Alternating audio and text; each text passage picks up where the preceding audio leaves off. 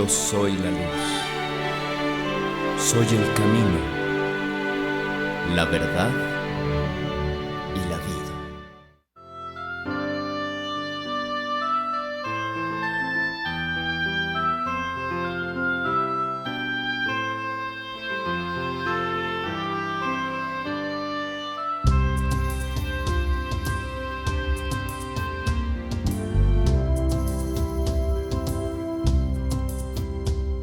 Mirando de frente con el corazón inflamado de amor, un pueblo ferviente que aclama y refleja a Dios.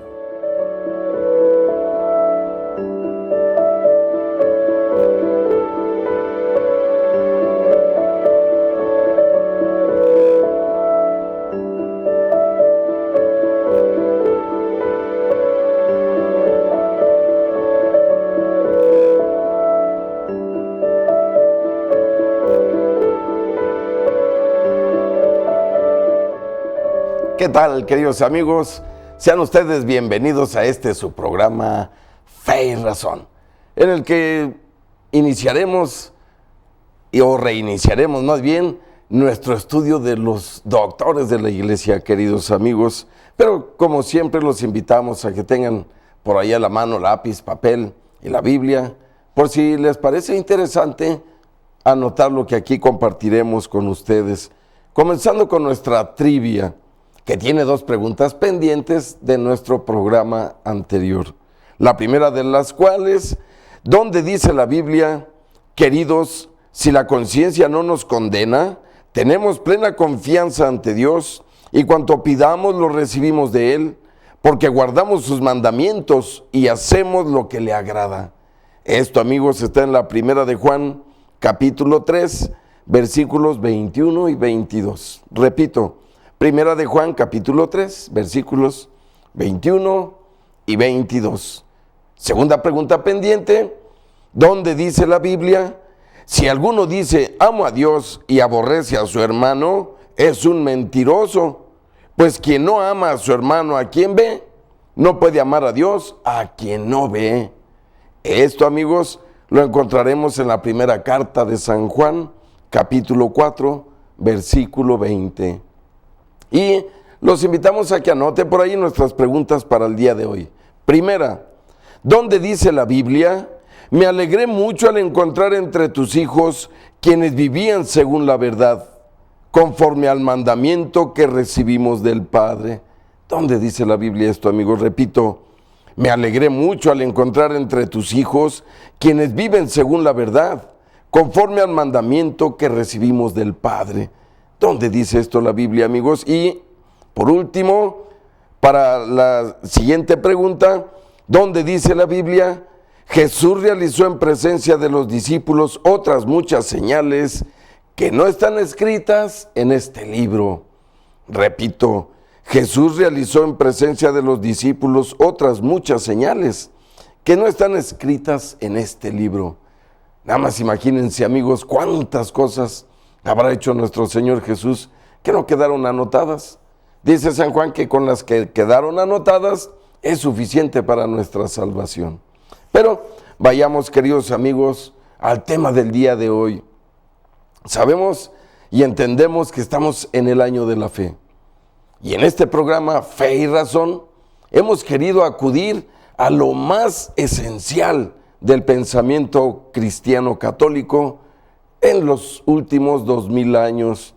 Comenzamos con San Antonio de Padua, doctor, el canonizado más rápido en estos 2000 años. Hoy retomaremos el orden cronológico y nos vamos a ir al primer doctor nombrado así por la Iglesia Católica y hablamos de San Atanasio de Alejandría, amigos. Él nació alrededor del año 296 y falleció el 2 de mayo del año 373. Atanasio se considera santo en la iglesia copta, en la iglesia católica, en la iglesia ortodoxa y en la iglesia anglicana. Además de doctor, como ya decíamos, de la iglesia católica y padre de la iglesia oriental. Atanasio de Alejandría nació en esta ciudad de Egipto, de la que posteriormente sería obispo. Puede considerarse como la figura más sobresaliente de la Iglesia durante todo el siglo IV. Su vida fue de una intrepidez y de una coherencia impresionantes, constituyendo un modelo de obispo fundamentalmente válido para todos los tiempos. Atanasio fue el tipo del verdadero hombre de iglesia, sin más intereses que los de Jesucristo y los de su plan de salvación sobre los hombres. Su influencia en la historia de la teología y en la vida de la iglesia fue decisiva, y le valió por parte de sus coetáneos el apelativo de El Grande. Y en su vida y actividad religiosa podemos ver que Atanasio nació en el ambiente cosmopolita de Alejandría, donde recibió su formación y filosófica y teológica. No se sabe nada de los primeros 30 años de su vida. En el año 320, sin embargo, con 24 años de edad, fue ordenado diácono, cargo que le permitió acompañar a su obispo, Alejandro de Alejandría, es decir, Alejandro I, al concilio de Nicea, el primero en el año 325. Desde esa fecha se convirtió en defensor a ultranza del símbolo niceano, es decir, amigos, del credo actual, el que seguimos rezando en misa, y también se volvió en enemigo acérrimo de los arrianos, una secta perniciosa que fundó un obispo torcido que se llamó Arrio.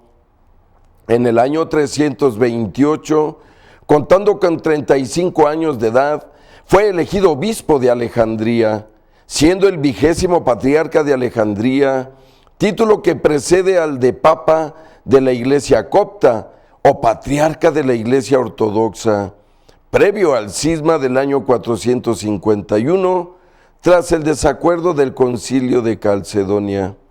En su cargo como obispo de Alejandría, sufrió el acoso de los arrianos, cuando el emperador se dejaba influir por estos. Así, fue detenido y desterrado hasta 5 veces en las siguientes fechas.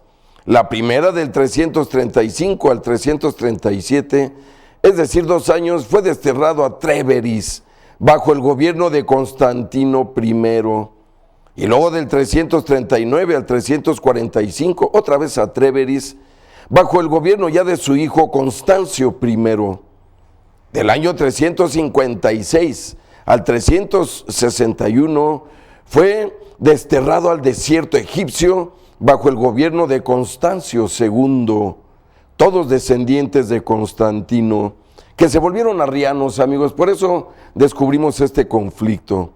Estos emperadores de Constantinopla se convirtieron a la secta de los arrianos, por eso atacaban a los doctores. Y la penúltima fue del 362 al 363, bajo el gobierno de Juliano el Apóstata. Y por último, en el año 365, bajo Valente, es decir, el emperador del imperio que después fue bizantino. Entre sus prioridades, destacó la evangelización del sur de Egipto, donde designó como primer obispo de Filé al antiguo inspector de tropas macedonio, extendiendo su actividad fuera de las fronteras egipcias hasta Etiopía, donde nombró a Frumencio obispo de Axum.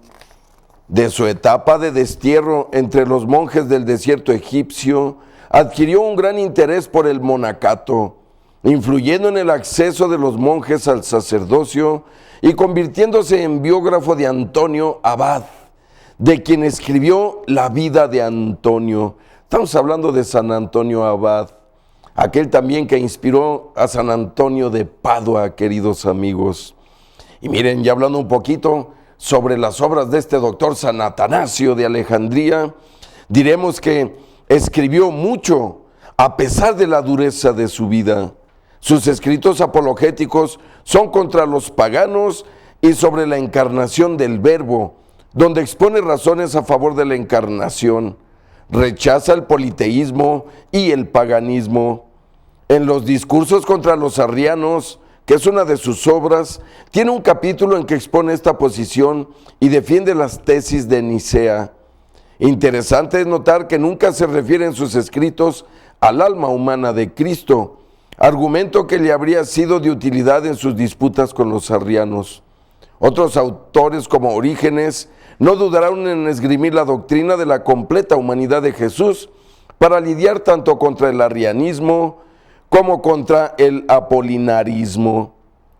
A la indecisión de Atanasio en este sentido se debe el que se hable de logos sarx, contraponiéndolo al logos hombre, como si de la naturaleza humana Cristo hubiera tomado solo el cuerpo.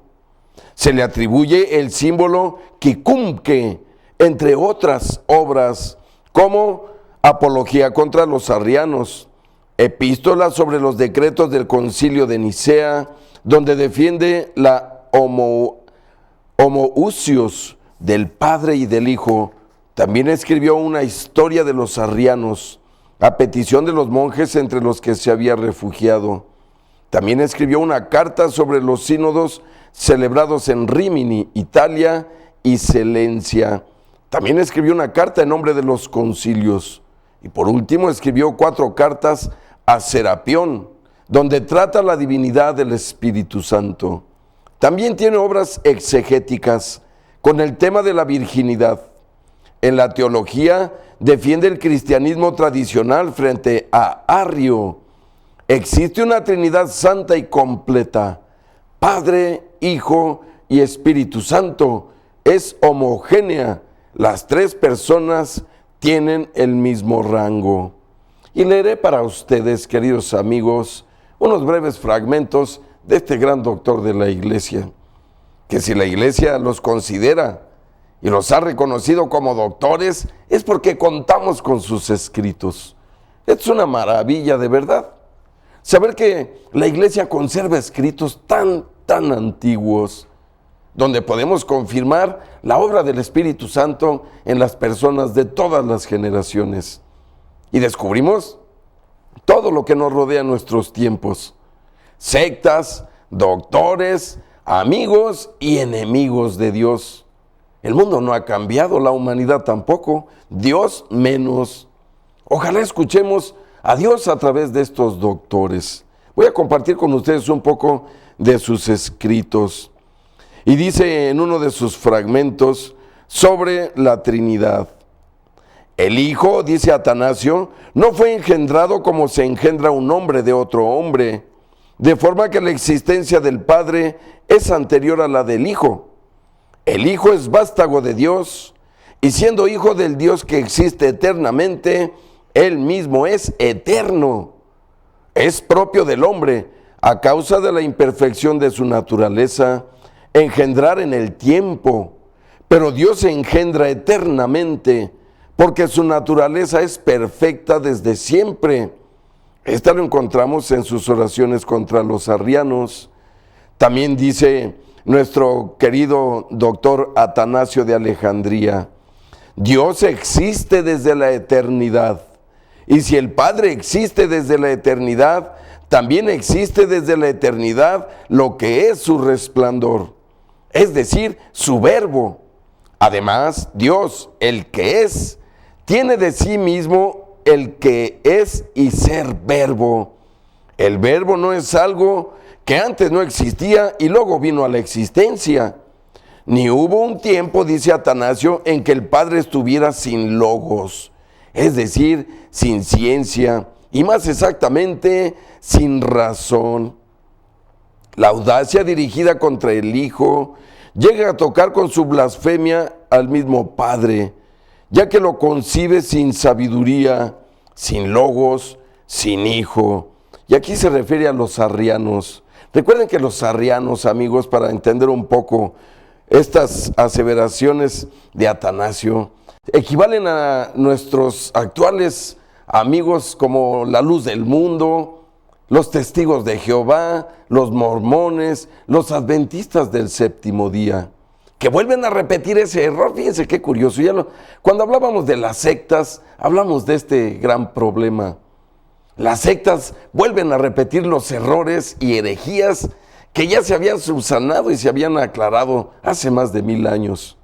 Los arrianos, amigos, afirmaban que Jesús no es Dios, igualito que estas sectas que acabo de mencionar. Por lo tanto, Atanasio se vio obligado a demostrarles que es lo contrario de lo que afirman. Jesús es Dios, es eterno, es preexistente, es uno al lado del Padre como Dios.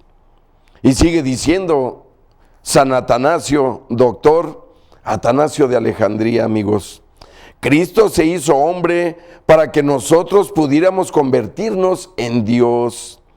El Verbo, dice en síntesis Atanasio, se ha revelado en un cuerpo para restituir al hombre, creado de la nada y formado a imagen de Dios, la incorruptibilidad y el conocimiento del Padre. Es decir, que mediante su cuerpo, el Verbo paga la deuda del hombre pecador y vence a la muerte, volviendo a reconquistar el don de la inmortalidad que transmite a todo el género humano.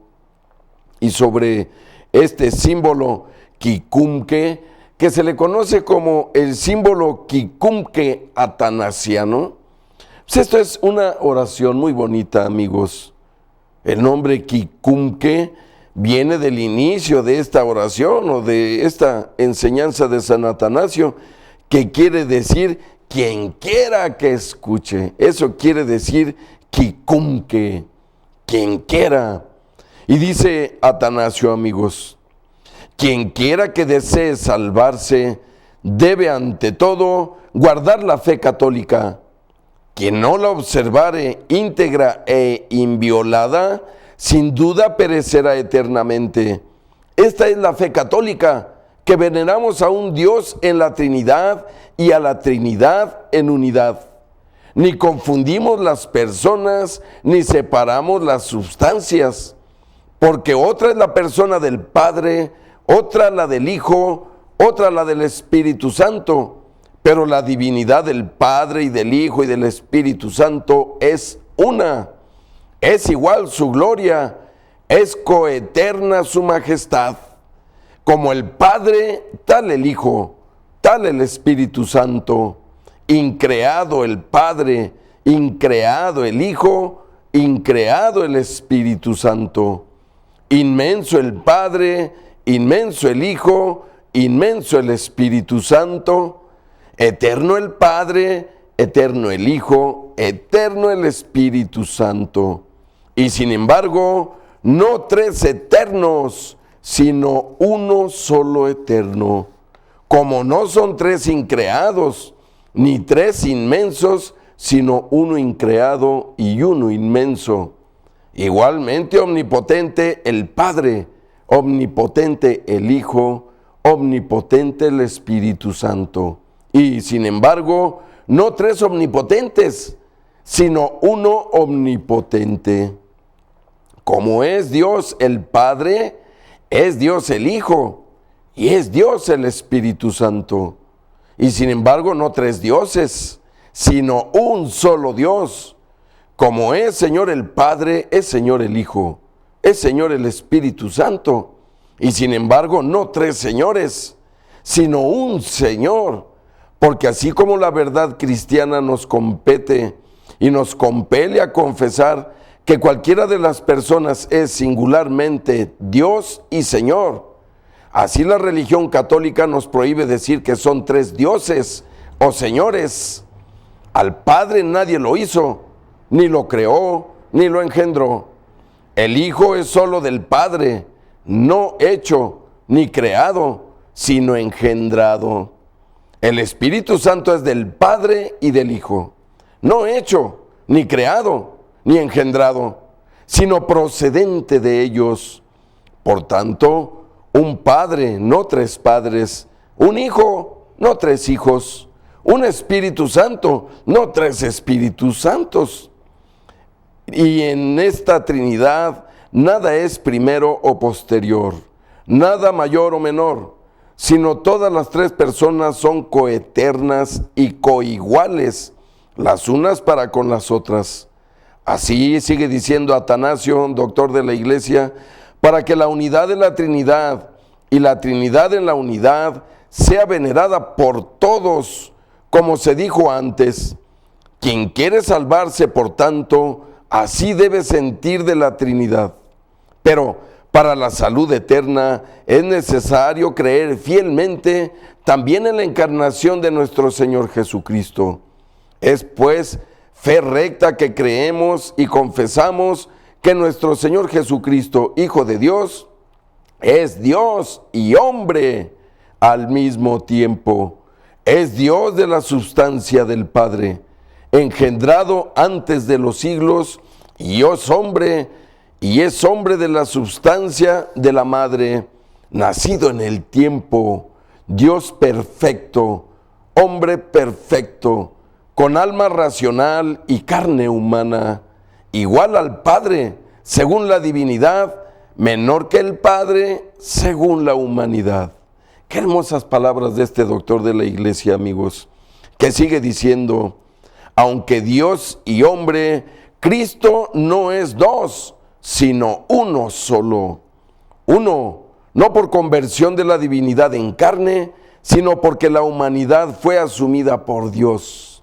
Completamente uno, no por mezcla de las sustancias, sino por unidad de la persona. Porque como el alma racional y la carne son un solo hombre, así Dios y hombre son un Cristo, que padeció por nuestra salud, descendió a los infiernos, al tercer día resucitó de entre los muertos, ascendió a los cielos, está sentado a la derecha de Dios, Padre omnipotente. De allí vendrá a juzgar a vivos y muertos. A su venida, todos los hombres tendrán que resucitar con sus propios cuerpos y tendrán que dar cuenta de sus propios actos. Los que actuaron bien irán a la vida eterna, los que mal, al fuego eterno. Esta es la fe católica. Quien no la crea fiel y firmemente, no podrá salvarse. Amén. Dice San Atanasio, amigos. Este primer doctor de la Iglesia en el tiempo, ¿verdad? Ya transcurrirán los demás aquí en este programa, que serán con ayuda de nuestro Señor 35. Este Atanasio es el segundo de ellos. Pero por último vamos a ver un poco de la repercusión de la labor de este doctor de la Iglesia, San Atanasio de Alejandría. Y dice: la labor de Atanasio, tanto en el primer concilio de Nicea, como en toda su lucha contra el arrianismo, fue de gran importancia, con repercusiones que incluso llegan a la actualidad. A los pocos años de fallecer Atanasio, el emperador Teodosio I tomó la decisión de hacer del cristianismo niceno o catolicismo la religión oficial del imperio mediante el edicto de Tesalónica en el año 380. Hay que recordar, amigos, que Atanasio participó en el primer concilio ecuménico universal, que fue en Nicea en el 325. Fue un padre conciliar, como ahora está reunido el sínodo de los obispos. Como vemos y reafirmamos, la Iglesia sigue haciendo uso de estas reuniones de lo más granado de sus mentes. Y dice aquí, voy a leer un poco el edicto del 24 de noviembre del 380, amigos. Y dice que se hacía público el edicto en los siguientes términos: edicto de los emperadores Graciano, Valentino II y Teodosio Augusto, al pueblo de la ciudad de Constantinopla. Queremos que todos los pueblos que son gobernados por la administración de nuestra clemencia profesen la religión que el divino apóstol Pedro dio a los romanos, que hasta hoy se ha predicado como lo predicó él mismo, y que es evidente que profesan el pontífice Dámaso y el obispo de Alejandría, Pedro, hombre de santidad apostólica.